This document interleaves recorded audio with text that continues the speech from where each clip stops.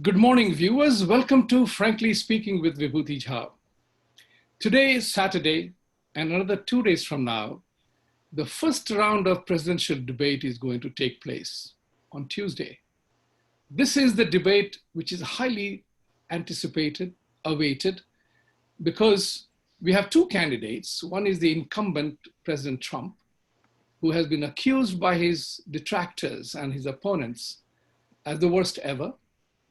But his believers continue to believe, and rightfully so, perhaps, if I may chime in, with accomplishments that are quite astounding, even if you are his opponent and looked at it from a perspective at what all he has achieved in these 47 months that he has been at the helm of affairs. So his bar is very high. On the other hand, we have Joe Biden, who is popularly known as Sleepy Joe. He has been 47 years plus in Washington swamp, or DC as it is called, and of which 8 years he has been as a vice president under President Obama's administration. Now but his bar is very low. As the saying goes, that if he doesn't fumble, it will be declared that he won. So that is the status of the bar in reference to both the candidates, but it will be a highly anticipated debate because the atmosphere is really surcharged, very shrill, and absolutely extremes are driving the middle.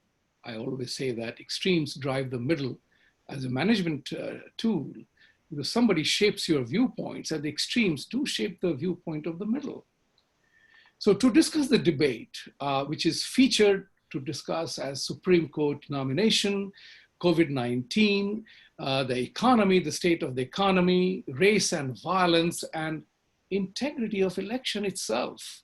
Never before have we encountered that the world's most powerful democracy, world's most powerful nation, its integrity of election is being held in doubt. That's a very serious problem. And there are reasons to doubt that integrity, whether the results will be fair or not. So I have the privilege of having three voters. Very interesting combination. I have three of them who are all from Andhra. Didn't plan it, but it turned out to be so. So if I left to myself, I would debate with them and talk to them about Andhra's state of affairs in India. But that's for another day. So I have great pleasure in welcoming Gautami Makam. Welcome, Gautami.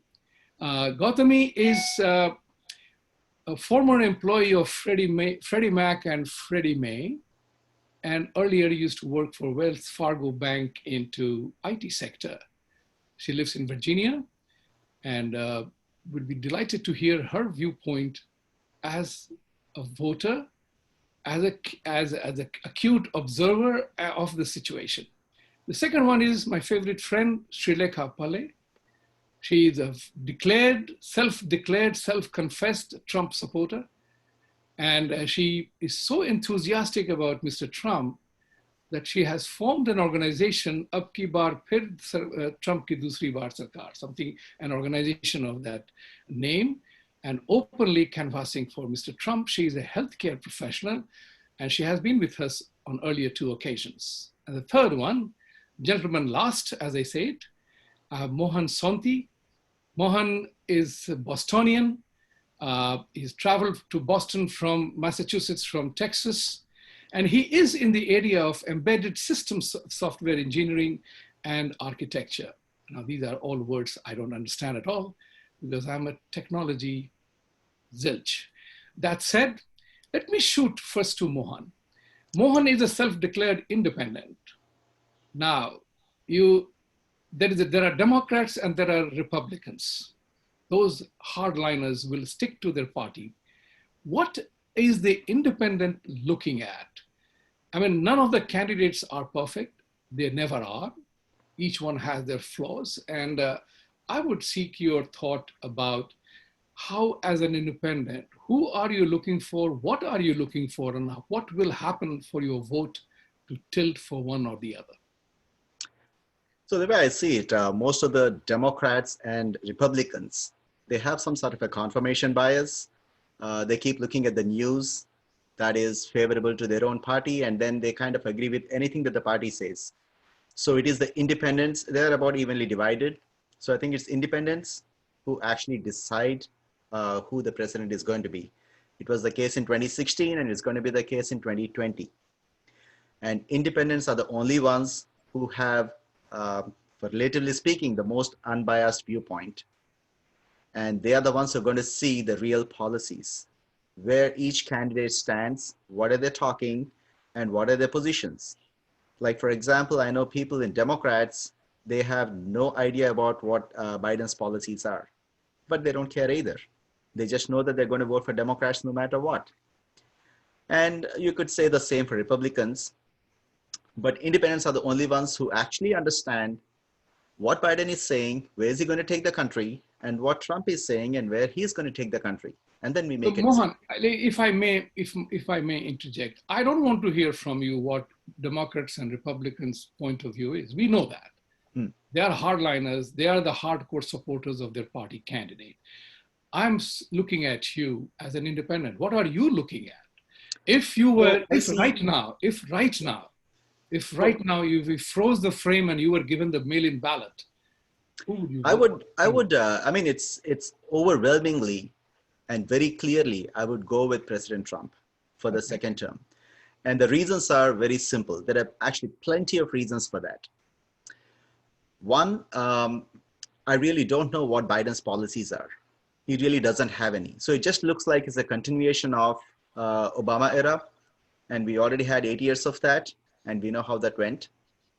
And Biden really hasn't come up with any outstanding platform or outstanding ideas, except for appeasing different communities and different groups. Other than that, he really doesn't have a direction of where he's going to take the country. But Trump on economy is one of the best. It's proven to that. And he's very clear about illegal immigrants, which really drains our economy to a very substantial number. And is very clear about the foreign policy and how to strengthen it. He's very clear about the defense and many, many factors. And he is very clear on all these subjects, and all of them basically favor Americans.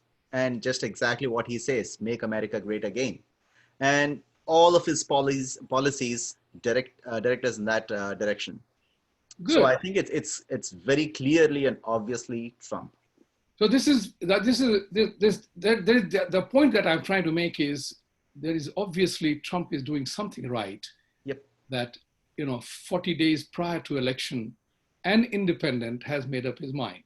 So this speaks volumes for his silent majority that is looking at the opportunity. Now, Gautami, my question to you is that what Mohan referred to earlier on is about immigration. Now that's a hot issue with Indians, and as if that is the only issue with Indians. And I take objection to that, because Indians as a group must ask for more. Immigration is an H1 scenario. It's an H1 problem, bringing in IT professionals and things like that. How do you think are the H1 guys who haven't got their immigration status, or there's a delay in it? H1, I know because we have 2 projects on which we do EV5s. And I know the entire inside story of H1B visas, that they have to wait for God knows how long. So this is a situation which is very terrible. But in my opinion, and I'll give you the prelude to the inquiry that I'm making with you, that Mr. Trump is promoting merit-based immigration. Like, for example, it is no longer 1776, come one, come all. We are into 2020.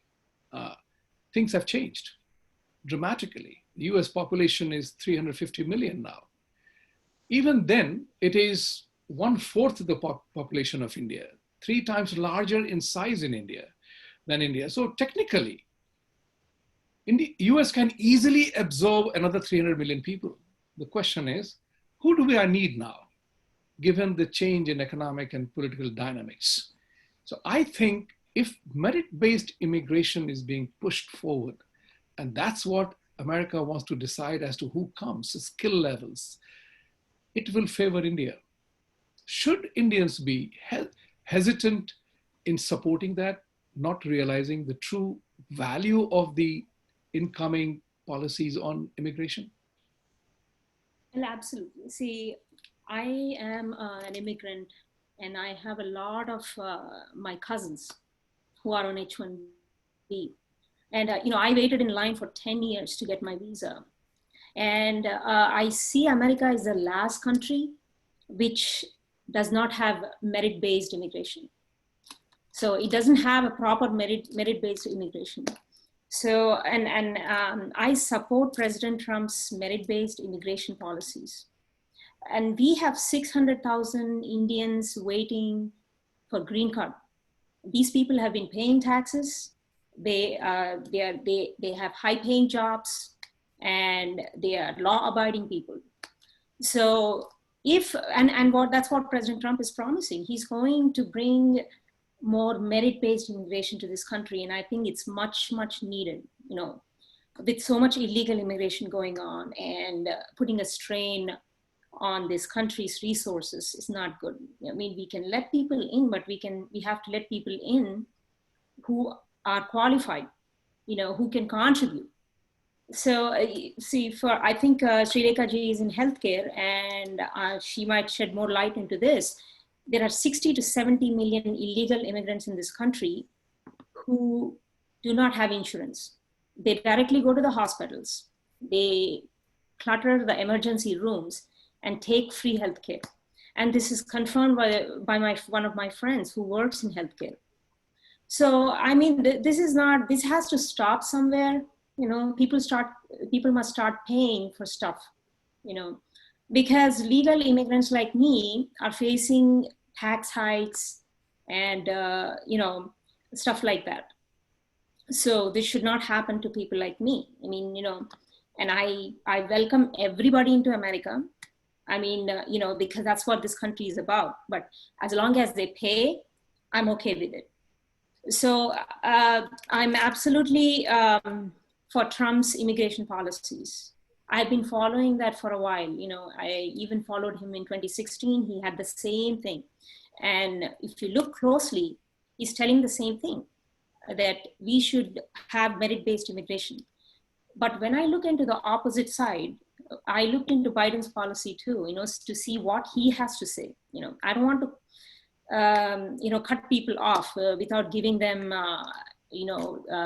some time, some thinking time. So there are no clear policy for immigration. And all Biden is saying is that I'm going to remove travel ban, I'm going to remove restrictions. And I don't think that is a good idea. As far as I've heard from Biden, this is what I've heard. There is nothing called merit-based immigration. So I think this is a problem. And, Indian American voters should pay attention to this. So it doesn't matter who it is, it's a Democrat, Republican, it could be libertarian, I don't care. But if the policies hurt the country, then I think we should pick for people who have a better policy. And so far, I am not satisfied with Biden's camp. That's a very strong affirmative stand you have taken on that, and I appreciate that. Sri Rekha ji, there is something which I believe in, and I always say we are all immigrants here.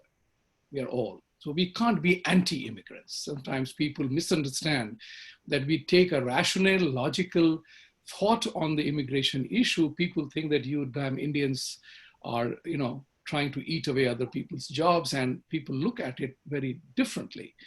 But I break down, any challenge from Einstein's quotation. And his quotation, my favorite one, is that any intelligent fool can complicate a simple problem. It takes courage to move in the other direction. Now, I came to this country in 1991. Ever since then, I have been hearing both Republicans and Democrats talk about comprehensive immigration reform.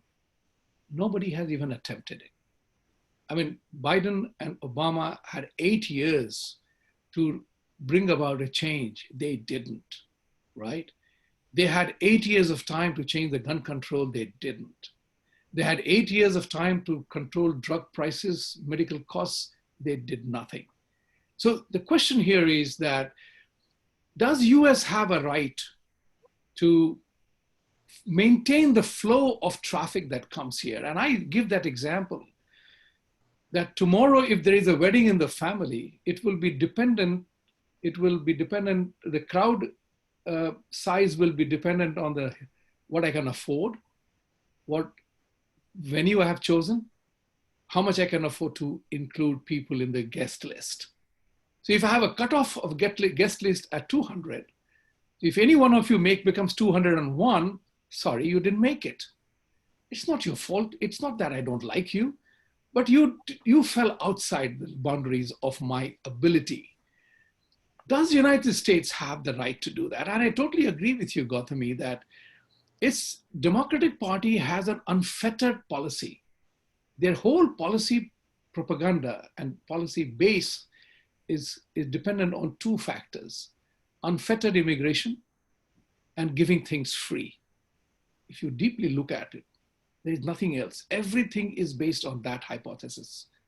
So Srilekha ji, your thought on, I'm not asking you to tell me what the immigration reform should be, but in a short way so that you can move to the next conversation, do you think Biden is anywhere near accurate with his assumptions on immigration? Vibhuti Ji, I mean, if I have to put it bluntly, Biden is not in par with anything at this point. Leave to immigration policy. As you very well said, he had 8 years in his hand to kind of boil down the issues and break a complex issues, and he was not capable of doing then. So what makes us believe that he's going to do anything about it now?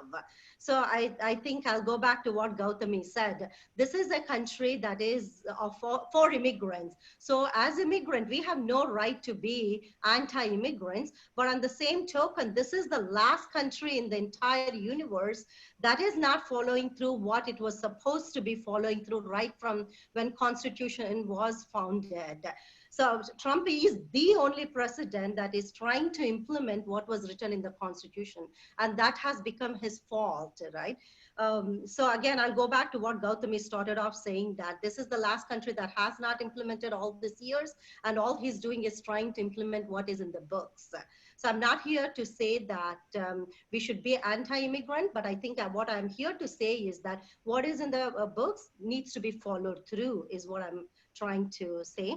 But Biden has not done that, so give a chance to Trump to do it in his second term, is going to be my summary or my closing remarks on that immigration reform. You are not going to say anything more. No, I think you are totally right, because this is not an issue that can be settled. No, overnight. Absolutely not. I think it requires broad immigration. What I like about Mr. Trump is that he identified the issue, and he began to attend to it. So while there is a legislative agenda to attend to it, what he began was, let's seal the illegality of the crossings over from the south. Exactly. And so he began to build the wall.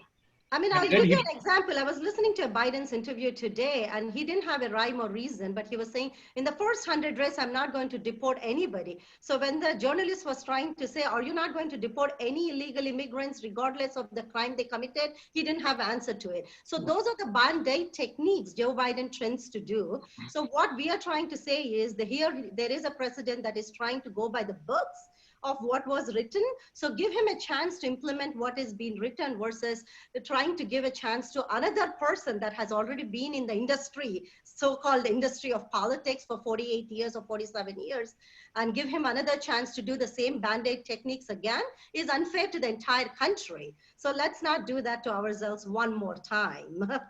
Okay.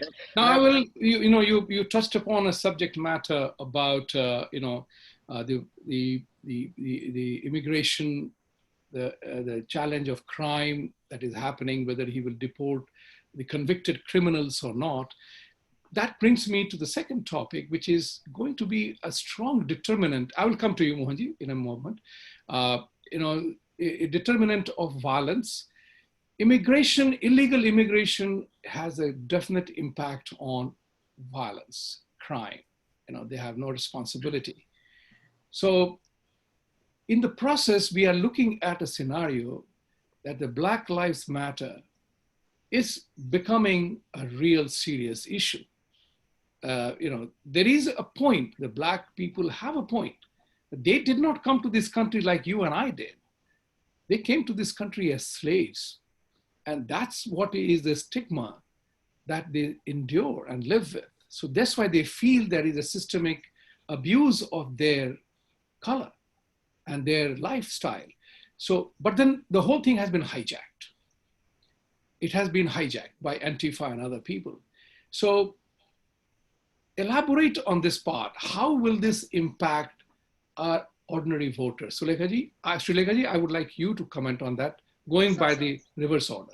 Yeah, Vibhuti ji, I totally agree that they are not like us. They have been here, and I can see why they feel that they are going through systemic racism. I will not be being in healthcare and working in community for as long as I've been. I have seen systemic racism. I will not sit here and say, I myself have been subject to racism. So I can assure you that Blacks are going through systemic racism. But what I would say is that they have to empower themselves and look at organizations such as Black Lives Matter and say, what did they go and do in Chicago? I mean, I saw a recent example of where they had these big air-coach buses having writers in there going and doing writing instead of using those buses for some other good cause, like doing food drives, doing some education camps, doing some health camps into it. There are so many more good causes you can do to empower your own Black communities versus doing writing. So we are not against systemic racism. We want to empower and educate Black communities.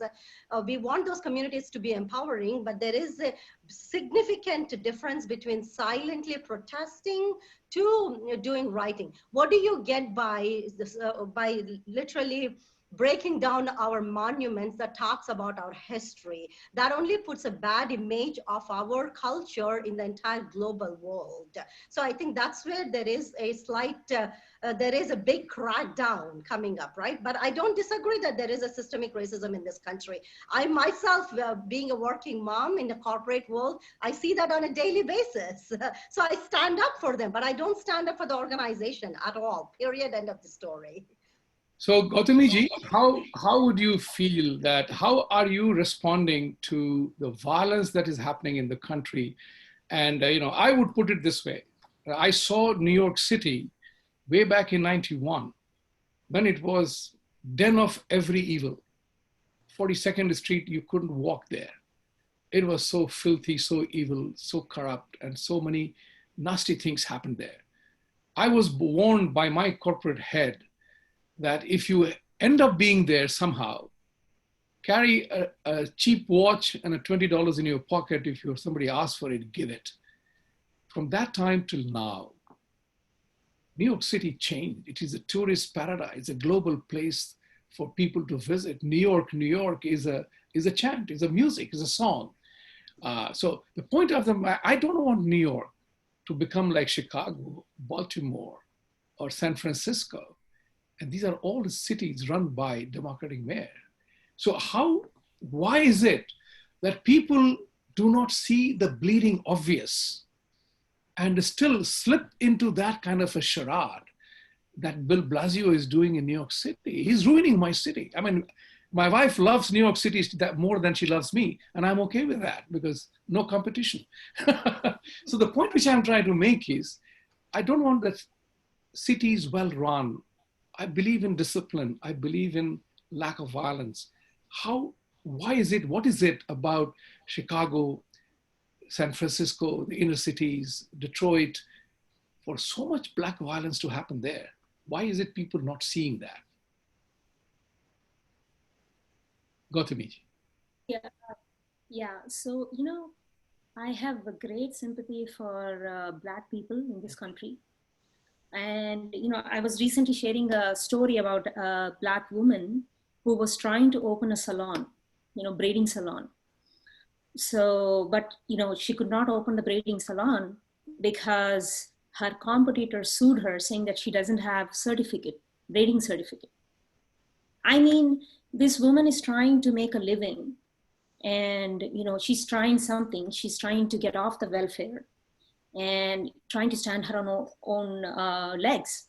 But the problem is she lives in a city where all these regulations that are supposed to help the Black community are hurting them. And most of the Black communities are impoverished. They don't have a ladder where they can climb up, the economic ladder that's missing. They're frustrated and angry, and I think some of it is legitimate, and some people are using this anger in a wrong direction. And you see all these riots in Boston, New York, all these places. These people who are writing, I don't even know if they even care about Black lives, to be honest. We don't know who these people are writing against, and they're destroying the property, Black, white, anything. It doesn't matter. Whatever comes in their way, they're just destroying it. And Democratic leaders are standing back and just watching. I don't know what's going on. See, I saw the DNC clips. Not even once the writing is mentioned in the DNC. The entire DNC, nobody's talking about it. So what is going on? I don't understand. Do you support writing or do you don't support writing? There's no information from DNC so far. But RNC is clear, writing is wrong, peaceful protest is right. And, and I agree with them. So far, Biden has not come out openly and condemned these riots. He's not even talking about them. I've heard from someone recently, no, he's also talking about it. That's what my friend is saying, but I haven't heard him say that. I heard him say that. In all fairness to him, he did say that protest is okay, riot is not. And Nancy Pelosi, after 2 or 3 months of silence, she said that rioters must be persecuted and prosecuted and whatever, not persecuted, prosecuted. So that has happened, but that's a change of heart a little too late. You have allowed one of the saddest part of these riots is that it is the mom and pop shop businesses that are hurt most. And also change of heart due to polls, right? And the big shops in New York has lost out everything. 23 CEOs, no, more than that, have written letters to Blasio to restore normalcy. So Mohan, you raised your hand when we were talking about immigration. And so tell me about, as an independent, I can see that you have committed to vote for Trump because he's what it is, but as an independent, because there are many people who take the decision at the last moment, many will watch the debate and then take a decision. So what about this violence? Because we Indians are peace lovers. We did not come to this country to get back into violent life or experience violence. So as an Indian, and I look at it from completely my perspective, is that, hey, what is this violence all about? If you're unhappy, protest. This is the country the Blacks forgot the Martin Luther King. They must emulate Martin Luther King, not the violent guys who tell them to take guns. Martin Luther King achieved immortality by listening to Gandhi's civil disobedience movement and his path of peaceful agitation. What is happening in the Democratic Party? What is your independence perspective in this regard? And you can definitely touch upon the topic for which you raised your hand. Okay, so if you look at it, so African Americans had a very painful history. When they came here, they came in as slaves. So we definitely sympathize with them. But what's happening is there is a group of people who continue to exploit them, and Democrats are at the forefront of that. To them, they are just like a vote bank. So why does this violence happen? The Black Lives Matter. I'm pretty sure there are well-meaning people who are in Black Lives Matter who just want to do a peaceful protest, highlight that their lives matter. But for the most part, what Democrats do is they support the lower tail end of those people who actually don't care about it. And they are the rioters. And Democrats sufficiently support them. They make sure all the rioting, everything happens. And if you notice it's only when the polls and the opinions started turning around is when they quickly went in and said, oh, I don't like it either. But until then, they did it. They were part and parcel of all the violence and rioting. And if you think about it, African Americans have been voting for Democrats for close to 100 years.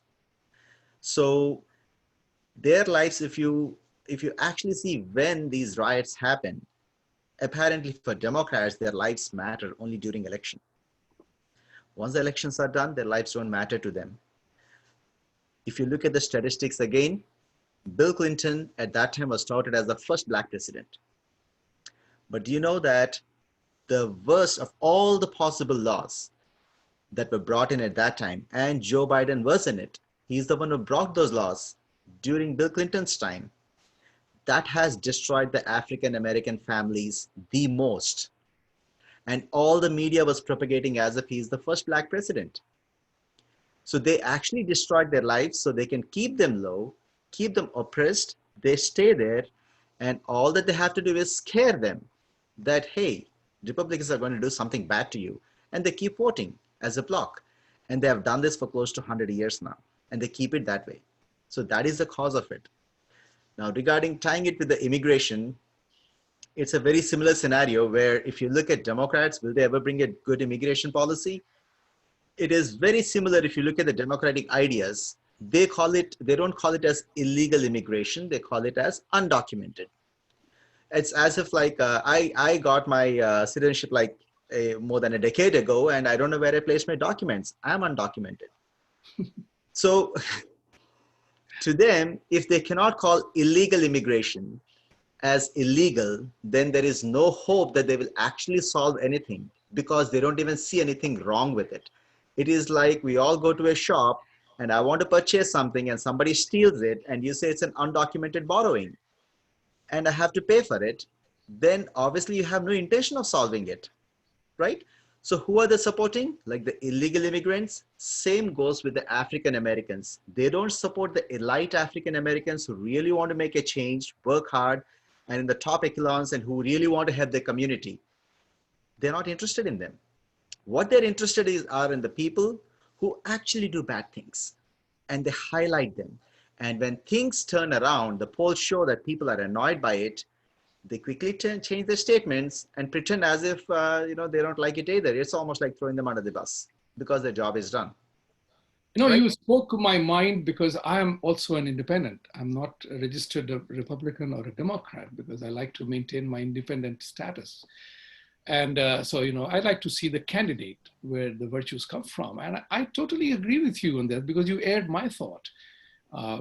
Exactly what I say all the time is that Democratic Party reminds me of the Congress Party in India. Actually, it I've does. been playing the vote bank politics rather systematically. We will give you, and this is what I asked some of the Republicans, that it was the Democratic Party that supported Ku Klux Klan. Democratic Party are the party of the slaves. Can I The add one more Republicans point? were the ones who rescued slavery, abolished slavery. The Republicans were the ones who demolished Ku Klux Klan. But in a reversal of things, there was some point in time that the Democrats were smart enough to hijack the issue. Yes.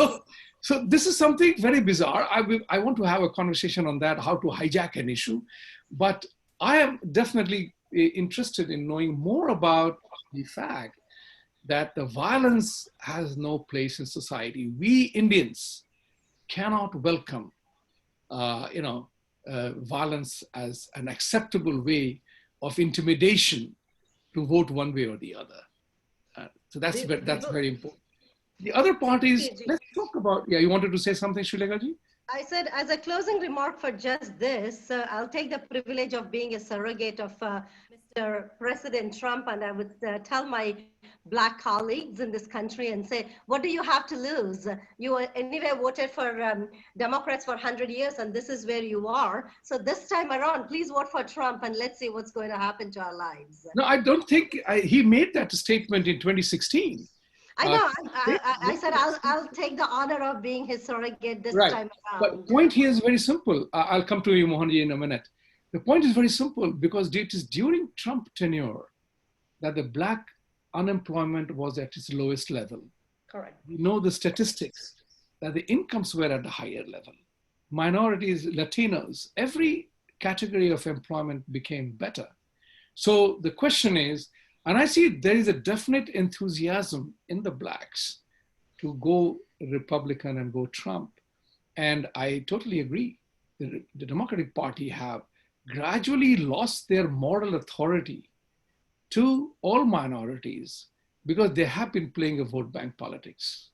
So, Gautami ji, I will come to you with reference to the economy. Economy. Okay, Mohan, go ahead, say something. So just one point is, if you look at the pattern of Democrats, it is not just about the illegal immigrants and the Africans that they support the lowest of the lowest. Even for Mexicans, they will never let any of these people rise up. And there was an article recently about their support for Islam and Muslims. And somebody wrote an article saying there are so many good Muslims and all that you had to do was support the most radical of them. So to me, I see it as Democrats have moved so much left. And I usually associate leftists as social pyromaniacs. They want to set the society on fire and they do it very consistently, and that is their base. Just the last example being, if you know, Bloomberg is actually paying the felons to come out. I'm saying if you look at the pattern, it is not just about Black Lives Matter, illegal immigrants, Mexicans, Muslims. They're going to pick their weakest link and then exploit their entire community with it. And they do not realize that this is the maniacs. beauty. All of you belong to the field of technology, and we are seeing the impact of technology. And I had said this when I was in Bahrain a decade ago on a consulting assignment with an investment bank. I wrote an article at that time saying that the technology will force people to be more honest, and because you can't hide anymore. Mm-hmm. So what you are saying, Mohan, about how the Democratic Party is exploiting the various minority groups or various pockets of groups of people is they're looking naked. Can we say systemic exploitation here? Yes. Because instead of systemic racism, we have a systemic exploitation. That's what people are becoming aware of.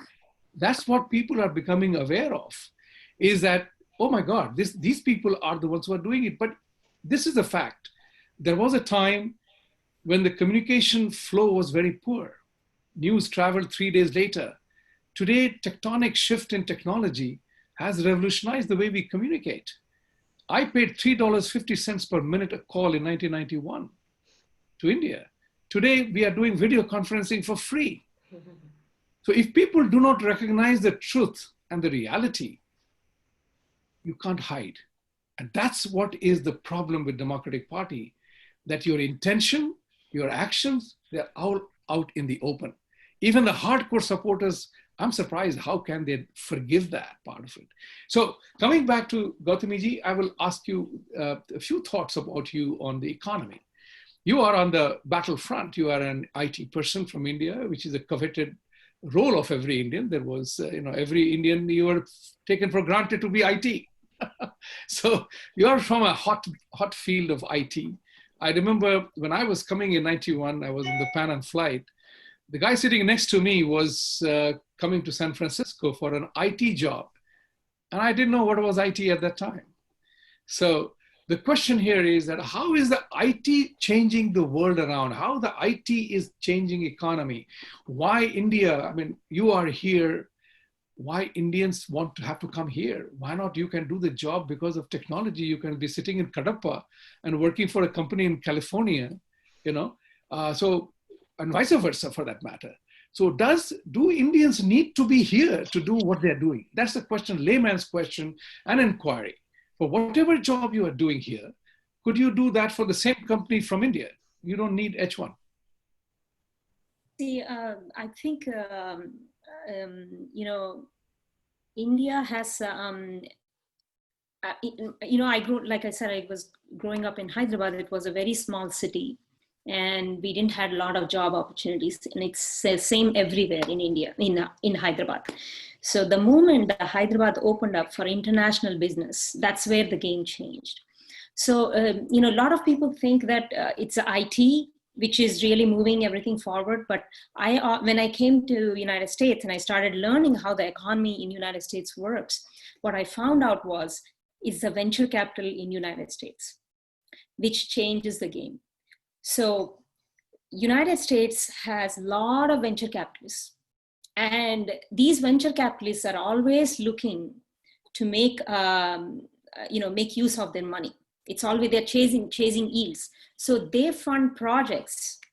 Even Steve Jobs' project was funded by a venture capitalist, from a garage. He started in a garage. So that funding is very much needed.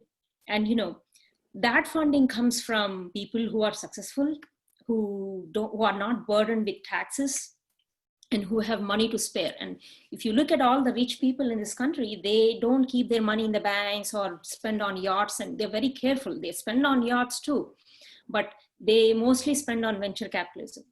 I mean, in new ventures. So it could be IT, it could be medicine, it could be everything. So Indians need to do the same thing. Like, we got a clever chief minister in Andhra who made a right decision by inviting the international companies. They set up, he opened up for international market. So we got more companies in India.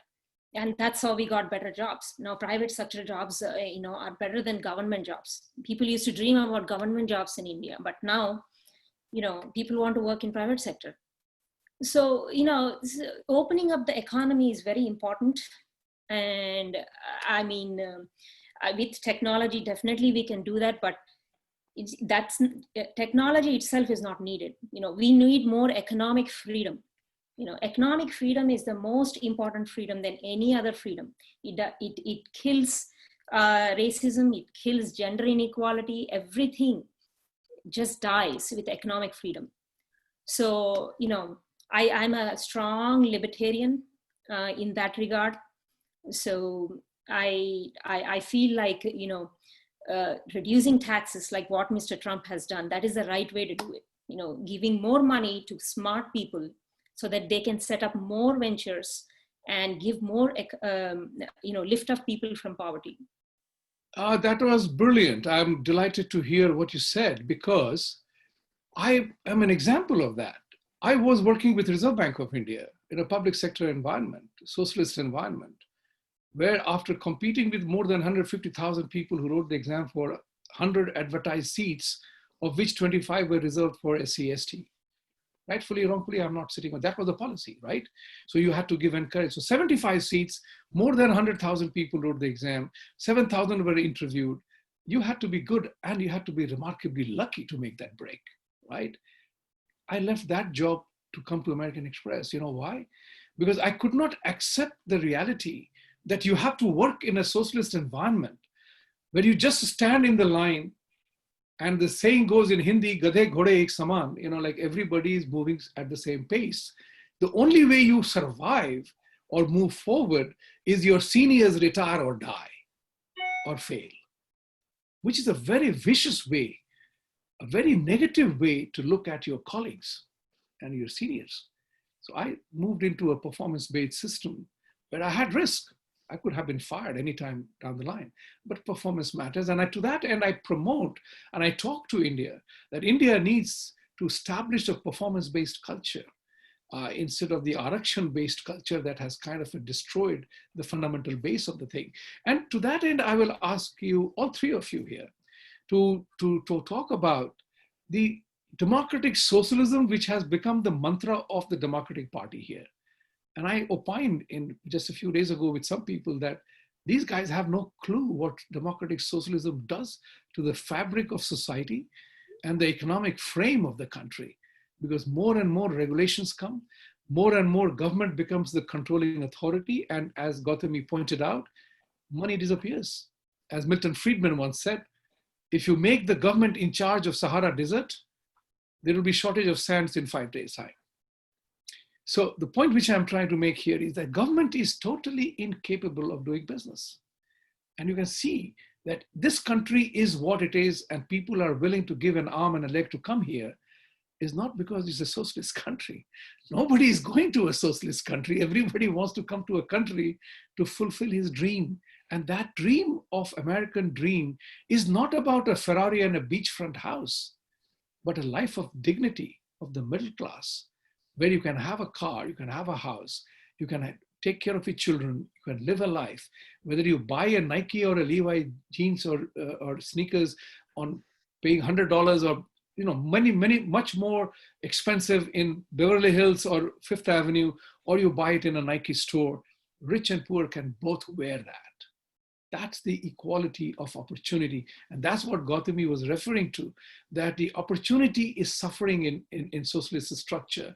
So Srilekha ji, your thoughts on how can you and the audience here tell Democratic Party, don't ruin the thing that is working for you? So Gautami and Vibhuti Ji, you both articulated it very, very well. I think venture capitalism is the way to go, and you're a living example of that. But I actually followed through Reagan very much. Until President Trump came in, I just thought Reagan, I still think Reagan is the greatest president, right? He once actually said that socialism only works in two places: heaven where they don't need it, and hell where they already have it. So I feel like Democrats want to take us to hell. And why are we going to let that happen to us, right? So I plead my Democratic friends through this modem. I know you have great audience out there. I always plead through this modem saying that, hell, why do you want us to take us to hell? We are actually doing very well in America. Let's not do that to all ourselves. And I think a lot of our friends are in social media, and I kind of correlate an example about how the socialism stuff works. Think about Facebook, right? You can write smack on Facebook because it's free. How nice, right? It's a free social. You can open as many accounts as you want. You can open it as Sri Lekha Pale for Virginia, Sri Lekha Pale, Gautami Makam's friend, whatever I want to say. It's for free. But then anytime Mark Zuckerberg can come and shut it down, or he can ban me forever just because he offers it is on his platform and I have to shut up. So that's what free stuff does. And he does that in the comfort of his home, making billions of dollars. That's exactly what socialism does. It looks very good. It's free. I can use it however I want, but I have no right over it. He can shut my message anytime he wants. He makes money. I make nothing out of it. It looks nice, but it is really not going to give me anything but pleasure on a temporary basis. That's exactly what socialism is. We are not cut out for that. We shouldn't be. Our children will not benefit from that short-term pleasures.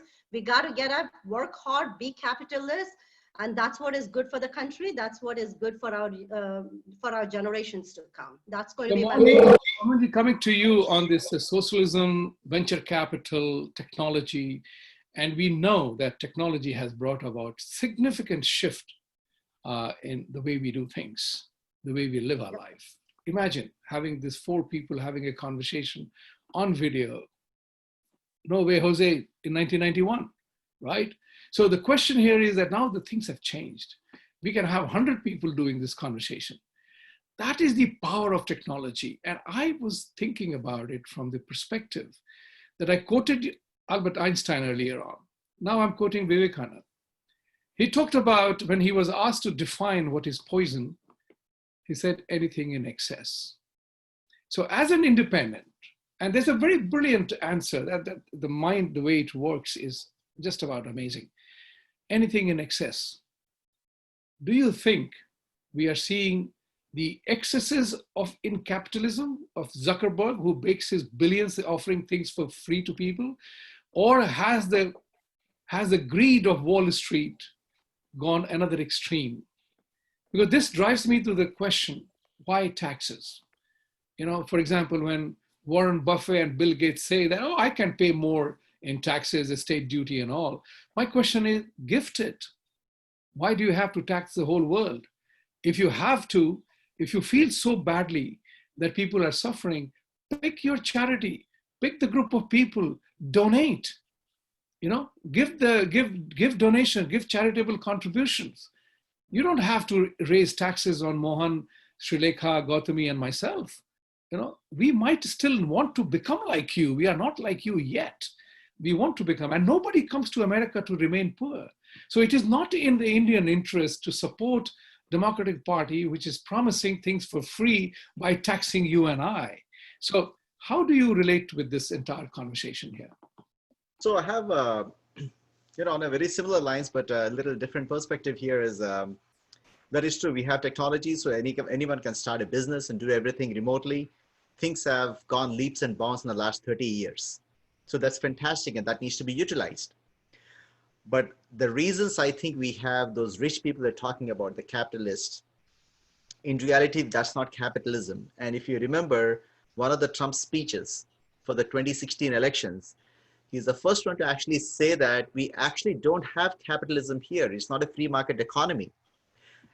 What we are getting to is almost like an oligarchy. If you remember the Tatas and Birlas, we are getting to that. And why do we get to that? It is actually because of socialism. So it is not the capitalism that is building these, the spikes of few billionaires. It is actually the counter of it. We have a socialistic system in one place, and that concentrates everything to few people because they're going to purchase all the socialists and they remain. And that is an oligarchy. It's almost like a borderline oligarchy. We had exactly the same thing in 1950s. You take a Tata's, Birlas, and there are few 5 or 10 families, and they are the richest people, but the rest of the country is socialist. Likewise, you have the same thing over here. Now, if you look at the policies of Democrats, they don't have a single policy that actually generates wealth.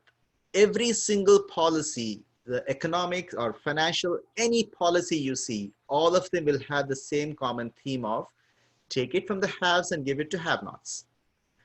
That is not going to take the country forward. You cannot keep doing it forever. So they want to show at these oligarchs and somehow say, look at these rich people. So this is justified. And people think, oh, then that must be true. It is not really true. They don't have a plan for wealth generation at all. None of the Democratic Party ideas, even during the Obama era, many of those policies are basically what Biden is going to follow. Not a single idea generates wealth. So when Trump talks about bringing back manufacturing jobs, starting their own businesses, giving loans to, he talks about all these things. That is the market economy. So what he is doing is actually capitalism. And when he brings that about, our healthcare costs to everything else will automatically come down because now you have competition and breaking the socialistic mindset and these oligarchs, they actually go hand in hand. Believe it or not, this is not capitalism. The few billionaires is not capitalism. That is a resultant of a large section of socialists. Mohan, So brilliant, very well said, because you are echoing my thoughts. So I'm glad I met you today here, and we'll hope to have more conversation on this. These oligarchs, they remind me, I actually wrote about it, is that they remind me of the James Bond multi-billionaire villains, those megalomaniac villains. And that's what I was thinking Bloomberg looks like today. That's exactly what these people seem to be. They seem to be trying to control the world through a mechanism that they are able to exploit fully. Now, time is coming to an end. I wanted to ask all three of you one quick question. I feel that Indians have been traditionally Democrats, and 80% or 90% of the vote. One of the things about IT thing is, there was I came to know of it, that more than 90% of the H1 guys become Democrats and vote Democrats. So Trump says, why the hell should I care for them? So is it time for Indians to begin to look at things more judiciously and smartly, instead of being romantically linked with Democratic Party? You are absolutely right. They have no wealth creation agenda, because their agenda is based on unfettered immigration and doing things for free by robbing the rich. So they think they are Robin Hood, and they will become popular. I say glorified Robin Hood. Huh? I say glorified Robin Hoods. Glorified Robin Hood. Well, so that's what I'm saying, that the mindset is about that part of it. So Indians would like no violence. Indians would like lower taxes. And Indians would like to have opportunity, what Gautami was talking about, the opportunity to grow, opportunity to make a life and a living. So in 1 second, I want not 10 seconds, I want you to say, why must Indians vote for Trump? Gautami, you must go for it first. So the best way to look at it is that, Indians are also merit-based, and their mentality has always been merit-based. They teach the same thing to the kids. Okay, if you work hard, you'll get a better life. That's what Trump is saying. You have to earn it. You want citizenship, you earn it. You want wealth, you earn it. Nothing is for free. So probably our Indians should look at that point. And of course, they have to look at the difference between India and America too. You know, what's the difference? And where the country is going. So the best thing to do is, why should we give to DACA people or illegal people while our people who are hard workers waiting in line? So, you know, and they are merit-based. So whoever is supporting merit-based should support President Trump. Do you think, Srilekha ji, that compassion has no place in merit-based, or merit must accommodate compassion? Absolutely. I think I always say that merit-based has compassion in it, right? I mean, you get where you get because you have all those feeding into you as a nature. So, and I think going back to your question, Vibhuti Jha, I feel no precedent in this entire US history has been as progressive and transformative in reshaping the US-Indian agenda as President Trump and Modi team. I at least have not seen in my era. They have scaled them into different frontiers, like from trade, energy, security, governance to global institutions. We will not have another president to vote for in such a positive manner. And I think this is the time to pay back to President Trump. I would be very, very surprised if Indian voters decide to betray Trump this time. And Mohanji, last word. I will give the last word to you as an independent. How do you compare the Trump 3.5 years and Biden 47 years? Who deserves the second shot?